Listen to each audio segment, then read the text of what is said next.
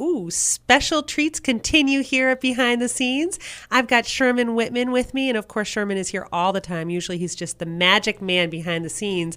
But Sherman and I were talking about how much we love Jersey Boys. I had a blast the other night. I was there Wednesday night to see the show over at the Hanover, and I can tell you people, you are in for a treat.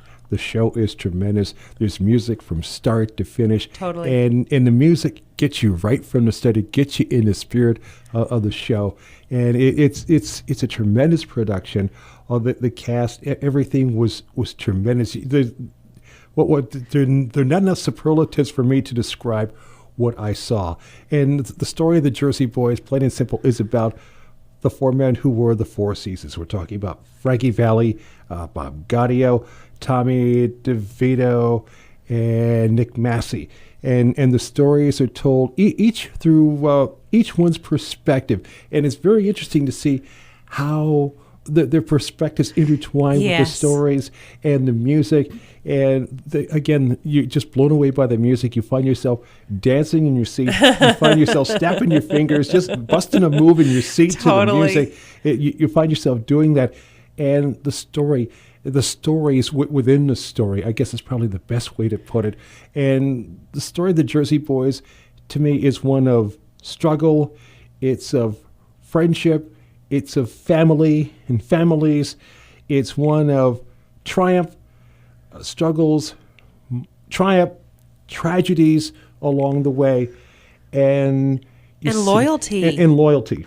That's the one that really gets me. Yeah. So I have a question. Were you a big Four Seasons and Frankie Valli fan before you went to the show? Yes. Yeah. Yes. Of course you are. How can you not love the music? How can you not love music of the Four Seasons? And when you look back at the time they were performing, with all the music that was there, when they talk about how the Beatles were, well, I guess Beatles had their audience, but the great thing about it was you had so many forms of music to enjoy, to appreciate, to love. And for me, a kid growing up in the Midwest in Ann Arbor, Michigan, and having Motown records in my backyard, because Ann Arbor's like 50 miles west of Detroit.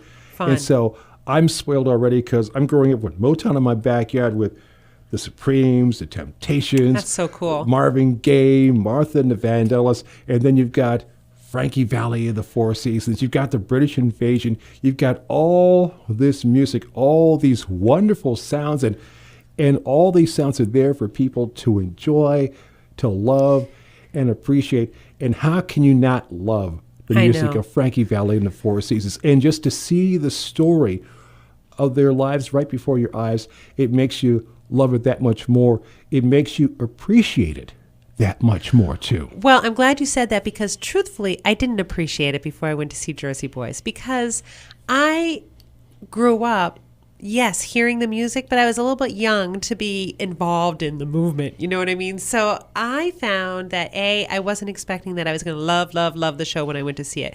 I was familiar with Frankie Valli and the Four Seasons. Frankie Valli actually performed at the Hanover Theatre, so I have that whole perspective going into it.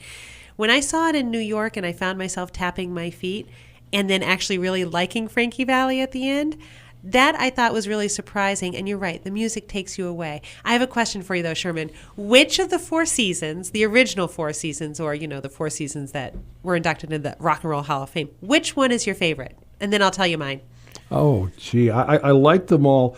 Tommy is the one that people get attracted to, just because Tommy is Tommy. He's what you see with him is what you get. He's the mover shaker. He's the mover shaker. I like Bob in a sense because he was the one, when you talk about the talent, the songwriting skills. What a night. Oh, what a night. I like Nick just because Nick is like the guy we all want to, I guess everyone wants to be like Nick. And Nick was the one who knew when it was time to be there, and sad to say, when it was time to go. Yes.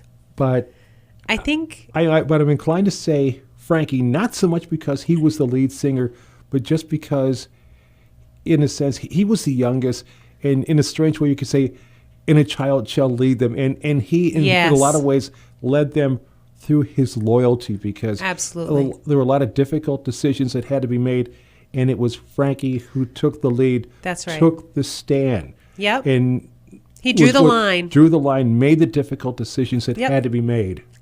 Yes, and he was there for them. I really admire and like Frankie Valli so much more after seeing the show, for sure. But really, Nick, I think I developed a little crush on Nick because really he has some funny lines. I love how he talks about the tour. And back to Frankie, I was struck. There's a line in the show where he talks about how he's going to be on tour until he's like 70. And funny enough, he's absolutely right. It's like he knew. And because he came to the Hanover Theatre, I honed in right on that. And I'm like, he's right. And good for him. Good for him for doing it. Because you know what? We should all buy tickets to see Frankie Valli now. You must see this show. We've only got a couple of seconds before we go to a break, but I have to say it again. I can't say it enough. You must see this show. You have to. Yes, now through Super Bowl Sunday. Tickets at thehanovertheatre.org, and we will see you at the theater.